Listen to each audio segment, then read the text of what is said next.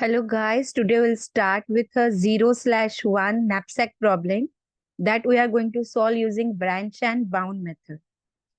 We know how the knapsack problem works. Knapsack problem is having a positive integer p1, p2, pn, that is profit is associated with each object. Again, with each object, the weight is also associated, that is w1, w2 up to wn, and m is given, where m is nothing but a capacity of knapsack. So तीनों चीजें जो हमने पहले knapsack case में देखी थी, like dynamic में देखी या ग्रिडी में, सेम चीज यहाँ पे दी है कि हर ऑब्जेक्ट के साथ प्रॉफिट आ गया, वेट आ गया और नैपसैक की कैपेसिटी आ गई. And here our subject is to maximize the profit. ऐसे ऑब्जेक्ट हमको सिलेक्ट करने हैं जो हम नैपसैक में डालेंगे, जो नैपसैक की कैपेसिटी को एक्सीड नहीं करेंगे लेकिन हमको मैक्सिमम प्रॉफिट देके जाएंगे. And here condition is the weight of that object, the addition of weight of that object should be less than or equal to m.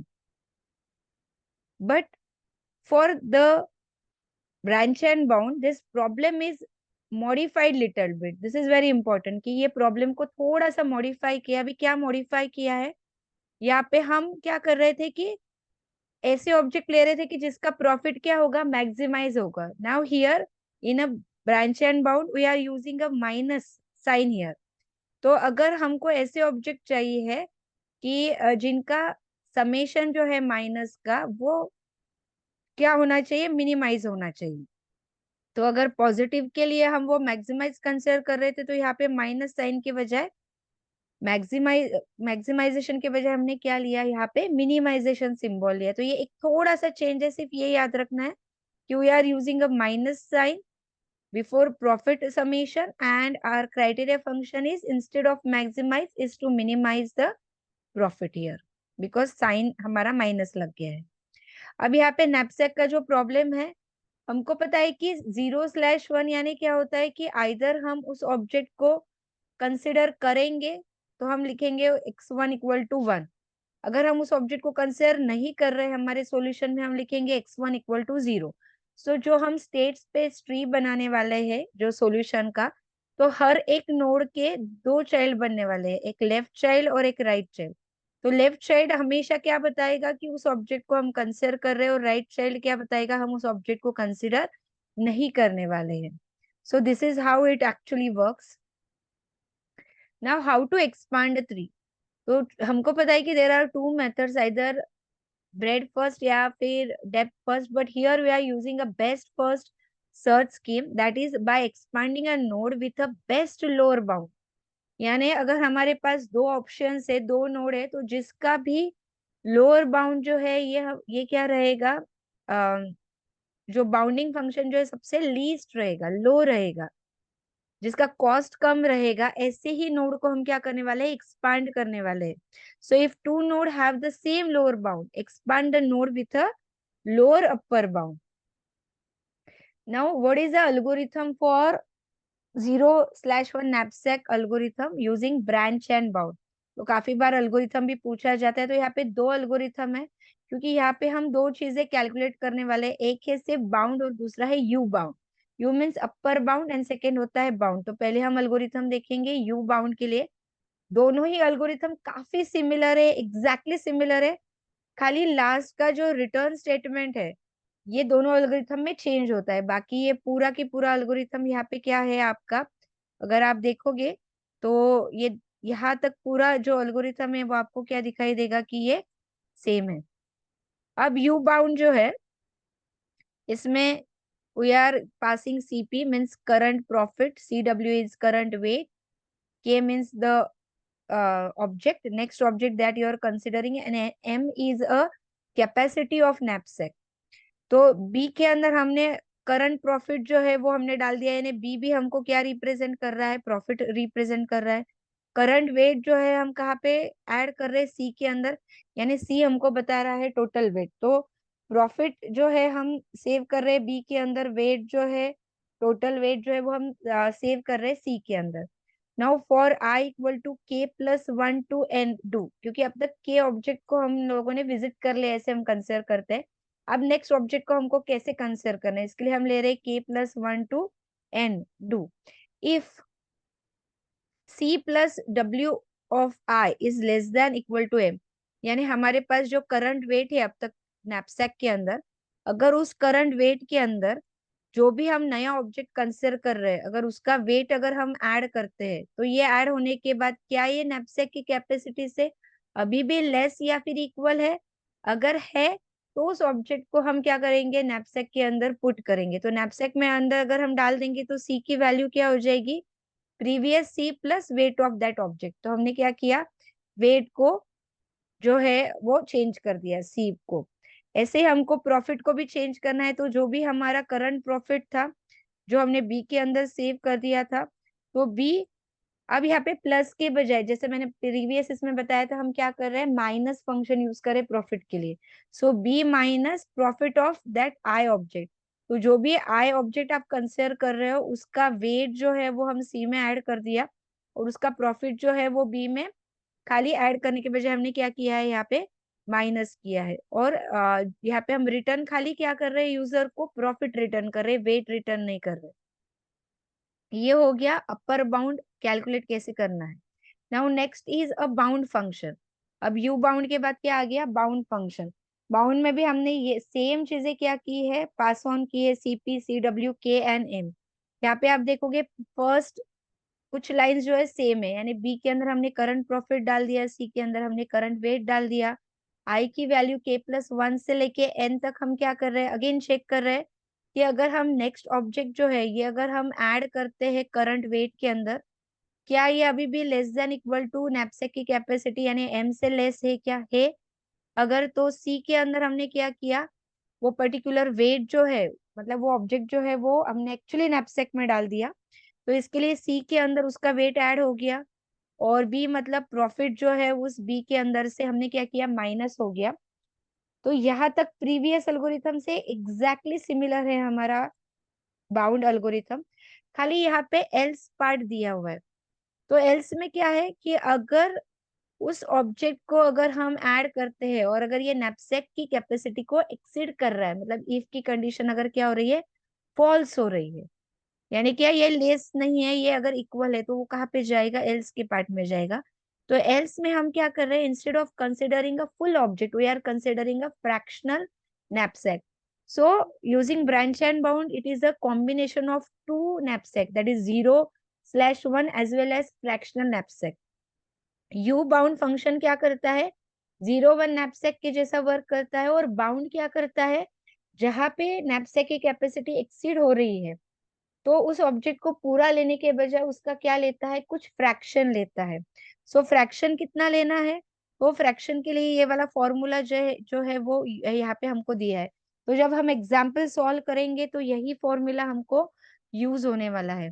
तो यहाँ पे फॉर्मूला क्या दिया है कि करंट जो भी प्रॉफिट है, ओके, ये यहाँ पे बी बी मतलब क्या, करंट प्रॉफिट। अब तक करंट प्रॉफिट जो भी है उसके अंदर हमको क्या करना है, जो भी करंट वेट है नैपसैक का माइनस वेट ऑफ नैपसैक, ये माइनस करो, डिवाइडेड बाय जो भी ऑब्जेक्ट अभी आप डालने का सोच रहे हो उसका वेट डिवाइड करो।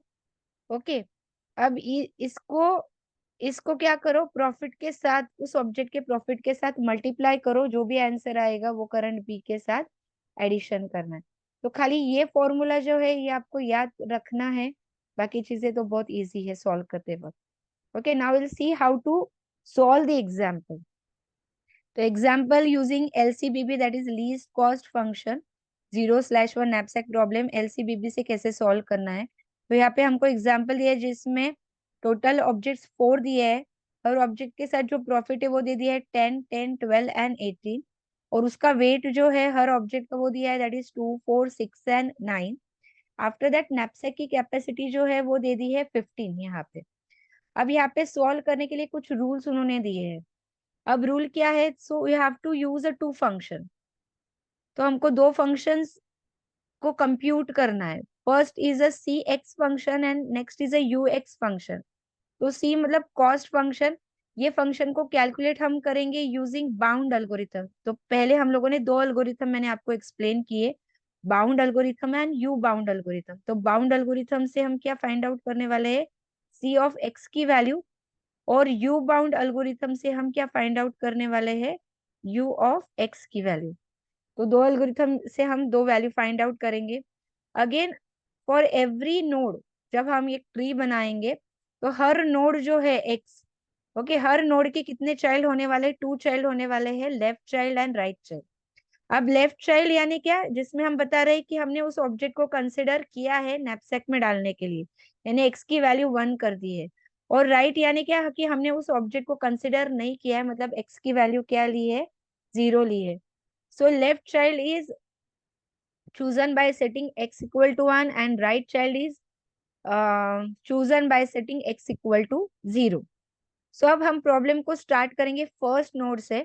So solution for the above problem, जो प्रीवियस प्रॉब्लम हम लोगों ने देखा उस प्रॉब्लम को स्टार्ट करेंगे by finding a value of first u of 1 and c of 1। ऐसे ही हम u of 2, u of 3, c of 3 likewise हम इसको सॉल्व करते जाएंगे। तो सबसे पहले हम फाइंड आउट करेंगे u ऑफ 1 और c ऑफ 1 को। तो u ऑफ 1 कैसे फाइंड आउट करना है, तो u ऑफ 1 जो है वो कैलकुलेट करेंगे हम u बाउंड फंक्शन से।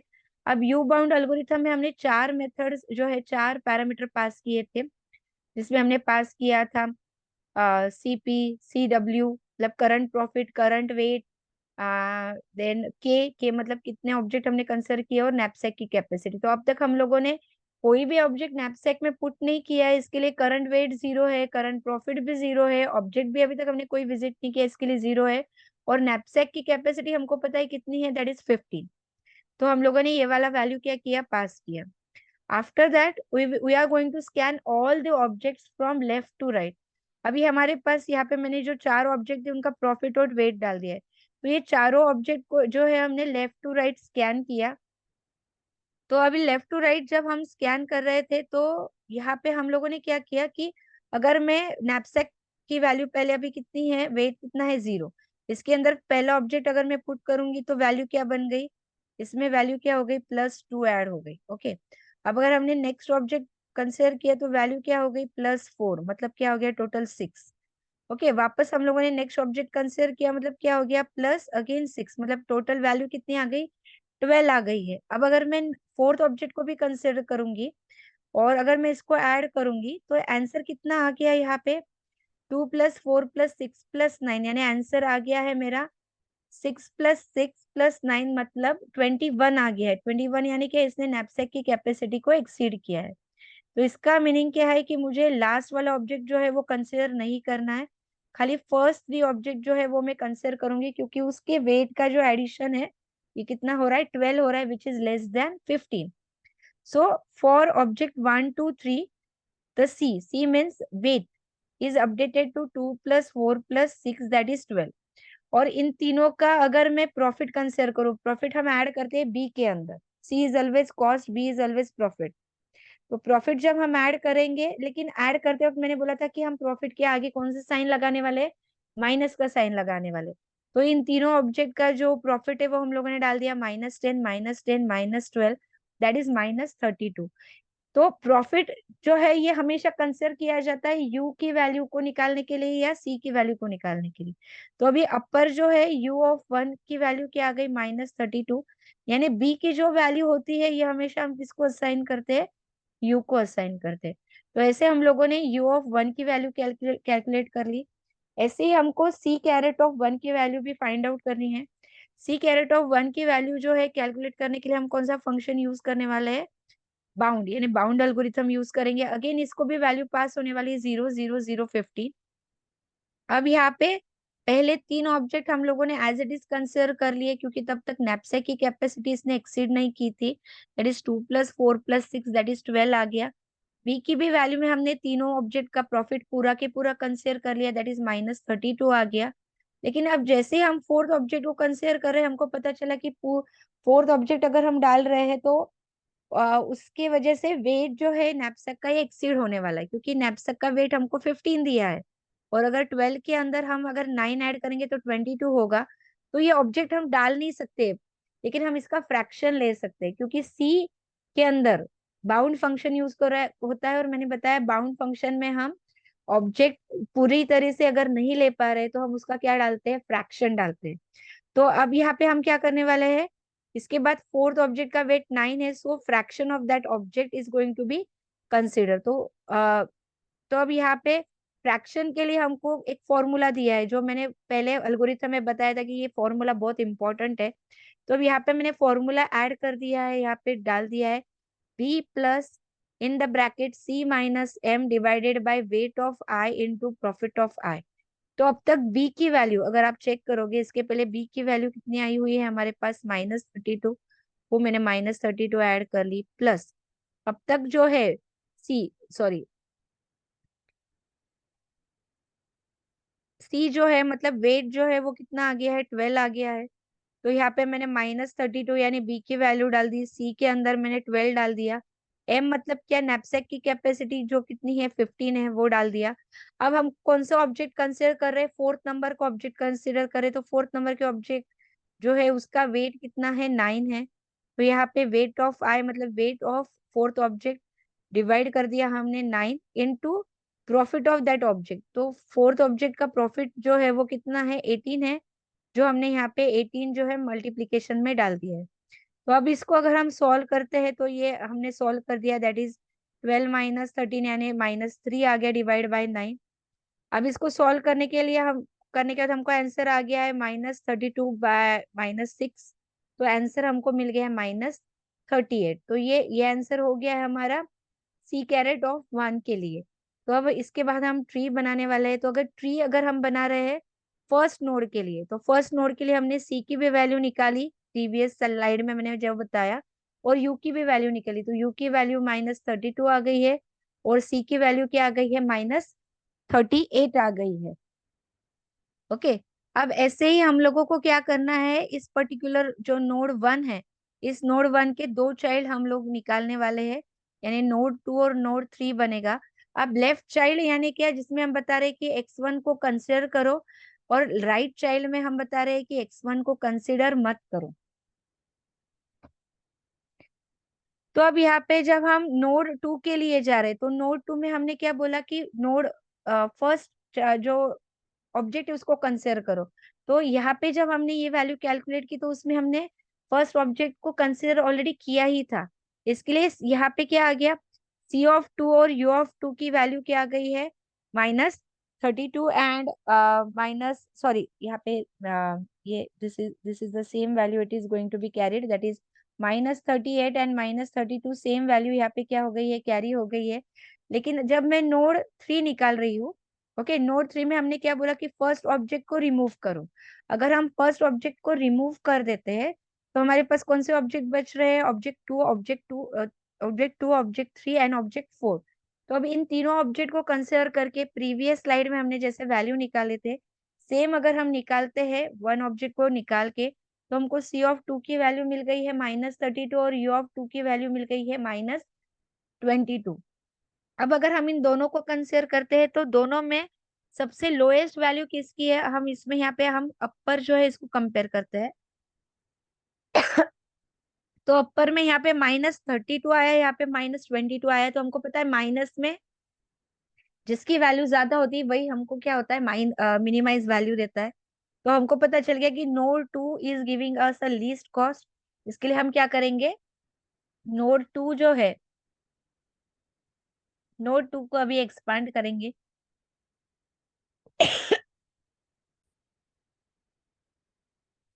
सो अब यहाँ पे हम लोगों ने जब ये नोड 2 और नोड 3 को कंपेयर किया, ओके, तो यहाँ पे हमको पता चल गया कि नोड 2 जो है इसकी वैल्यू जो है नोड 3 से लेस है, इसलिए हमने नोड 2 को एक्सपांड किया।